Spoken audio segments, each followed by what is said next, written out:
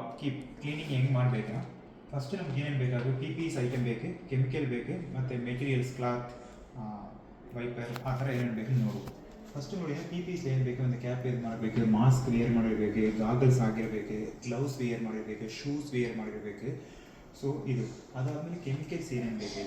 For example ನೀವು urinal ಮತ್ತು WC ಇದೆಯಲ್ಲ, ಅದಕ್ಕೆ ನಾವು ಹಾರ್ಪಿಕ್ನೇ ಹೇಳ್ತೀವಿ, ಇಲ್ಲ ಸೂಪರ್ ಲೈಮ್ ಅವೇ ಪ್ಲಸ್ ಇದೆಯಲ್ಲ ಅದು ಯೂಸ್ ಮಾಡ್ತೀವಿ.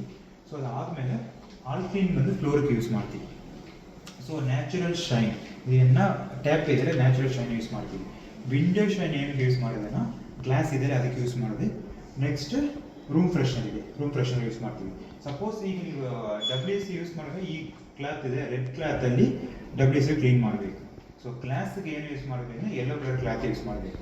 ಸೊ ಅದಾದಮೇಲೆ ವೈಪರ್ ಯೂಸ್ ಮಾಡಬೇಕು, hard brush, next wet mop. ಇದೆಲ್ಲ material requirement for rest room of keeping.